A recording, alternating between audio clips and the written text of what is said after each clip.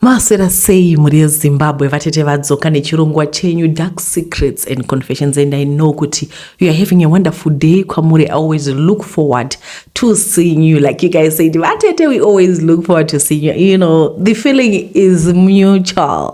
Guys, alright. Saka mzora nasichine nyaya tinayo ndina vakoma vangu madzimai vati ndivafonere na Niko. Tinofara makadini. Aiwa tinofara, at least ndafara kuzowana chance yekutaura nemi chokwadi. Mungudziro wati ndine makore mangani? 25. Alright, fine. I'm 46. 6 years. Auntie. But hangu chandakaona chinhu chikuru mukurarama. Kunamata kwakanaka. Amen. Ndikada kuti ndite chinhu achibudiriri. Kana kuti wapromiswa, kana kuti basa wapromiswa, kana kuti nereji tingoti warawara. Unoziva kuti kana wakadaro so mumafamilies aonekwe semunhu. Dangu chandinokudza Mwari ndechekuti ndinokwanisa kuzvishandira. I can work for myself.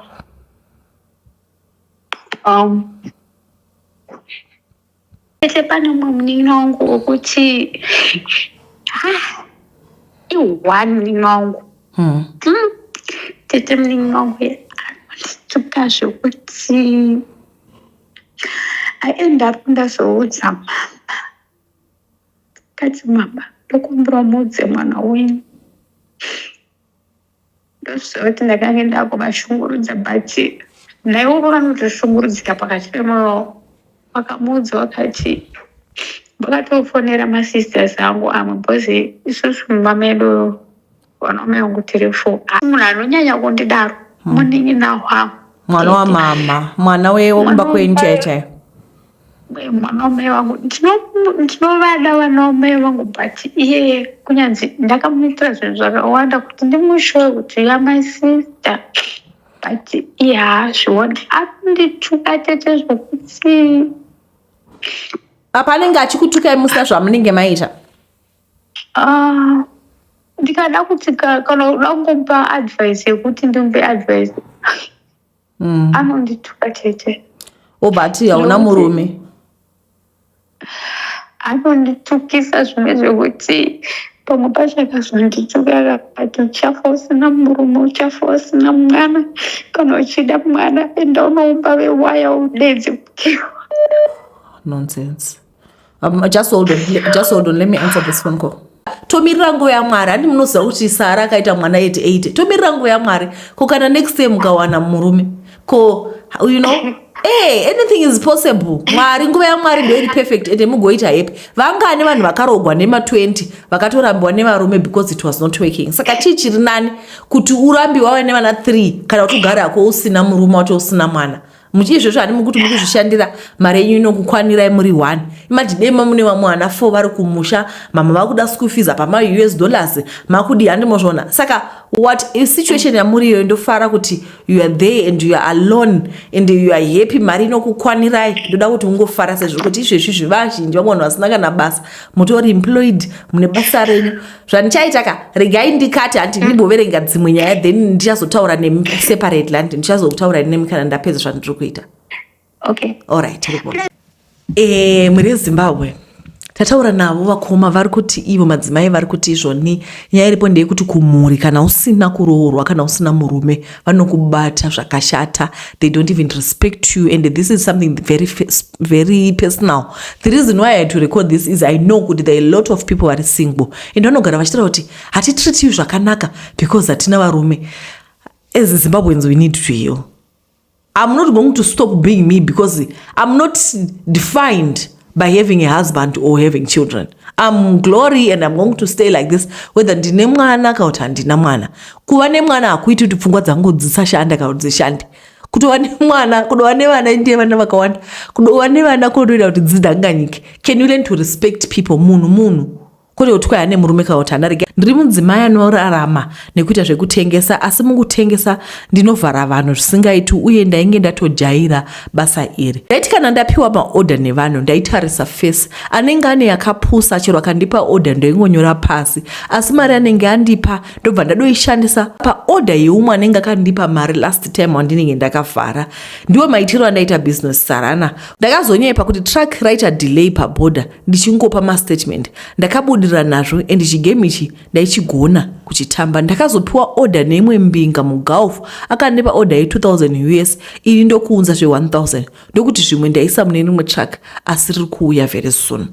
Ndakasvika pakunyarara neorder iya nekuti ndaitadza kutoreiza mari yacho. Ndakazopedzera ndavati ndichakupai mari yenyu, truck rakabatwa rikaendeswa kuVID, zvinhu zvese zvikatorwa. Haana kuita naro, akati okay, akazoramba akundibvunza chikwere chake.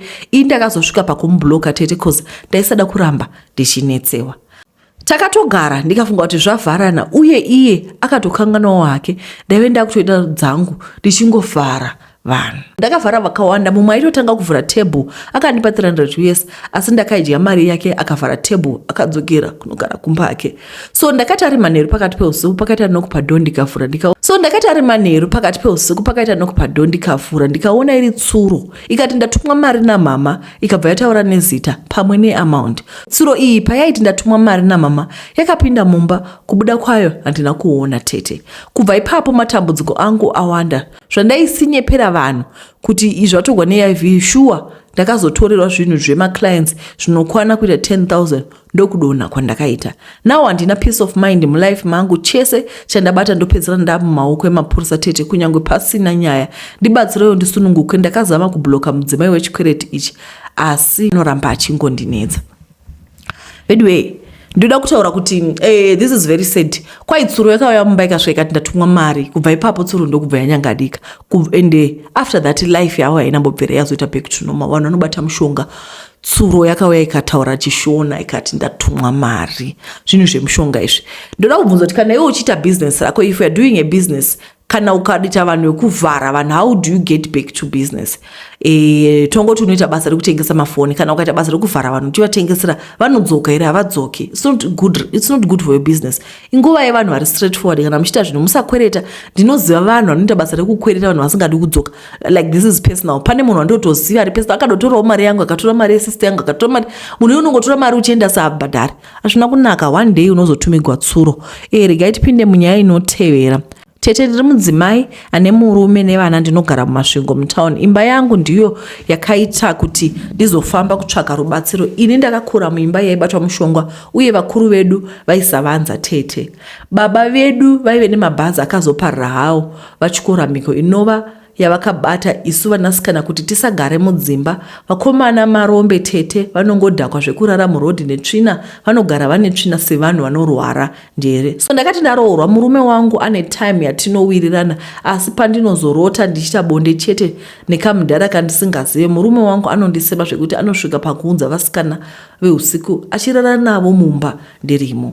Zvakandipa shungu ndikafamba, asi ndaingodyirwa mari nedambudziko risingapere. Ndakazonzwa nezvevamwe prophet ndikabhuka kuti ndivaone 1-on-1. Vakati ndiuye ndikaenda kuchechi kwavo ndokuitwa 1-on-1 sure. Vakataura zvese zviri mumusha medu pasina kupokana. Vakandinamatira vakandipa anointing oil yokuzora pandinorara. Ndakadzoka kumasvingo zvikaita worse vatete.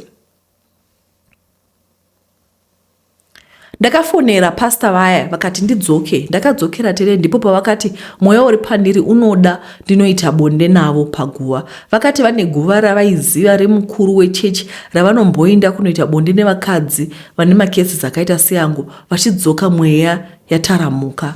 Ndakambonyarara, ndopavakanditi furidza, ndiko kubvuma kwandakaita. Takamira kuti kusvibe, ndikapinda mota mavo tiri 2 ndokuenda. Ini nzvimbo dzemuHarare handidzizive, asi takadarika nepatollgate tikafamba zvishoma kwakupinda nerodhi yemusango ndokudhiraivha kusvika paguva riya. Ndakadzi ndibvise nhumbi dzese ndirare pamusoro peguva. Vakatanga vadira mvura padumbu pangu, vaizoisa powder yavaiti holy powder. Vakatanga kundipuruzira nayo kusvika tazoita bonde. Tapedza takamira, vakaita zverimwe round ndokuzondipa mvura iya yemumota kuti ndigeze sikarodzi. Ndakadzoka tete kuno kumasvingo, asi zvinhu izvi zviri kundinetsa kuti ndakaitwa sei. Dambudziko rekurarwa nemaspiritual husband hapasina, asi ndiri kungorohwa nehana kuti pese ndikafunga kuti ndakararwa napapa pamusoro peguva remunhu wandisingazivi, hazvisi kundiitira mushe. Zvakaoma.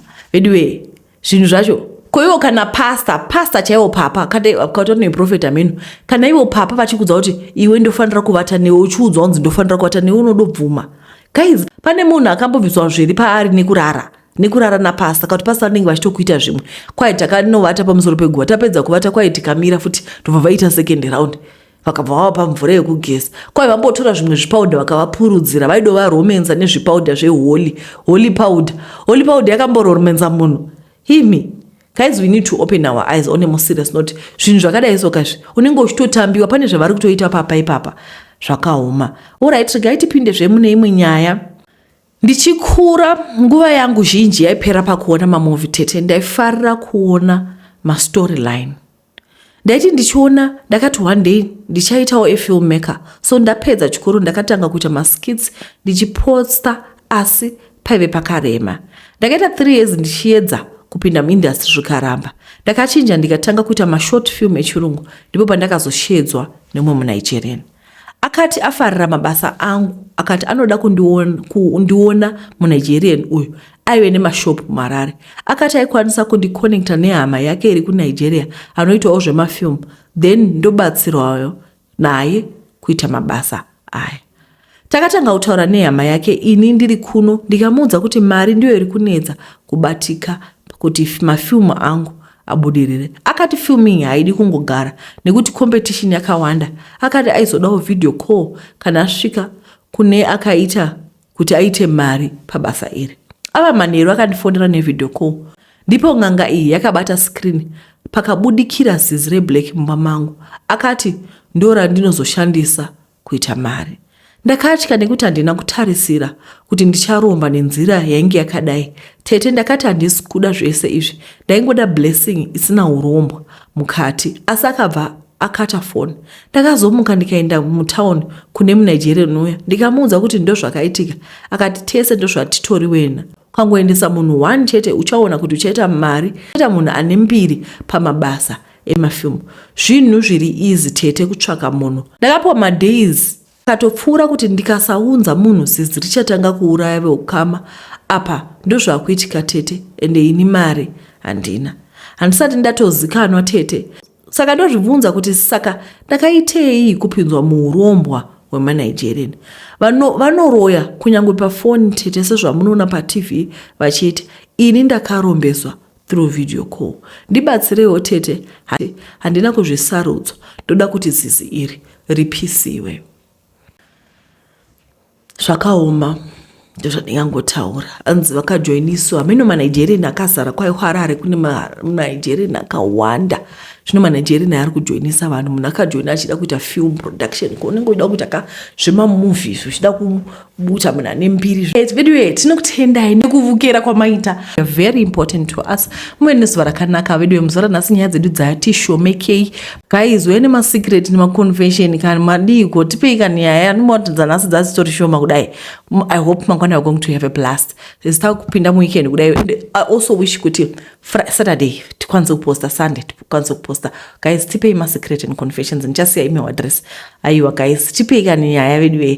Muve nezuva rakanaka video. Ndinokutendai nekukira kwamaita. Bye bye.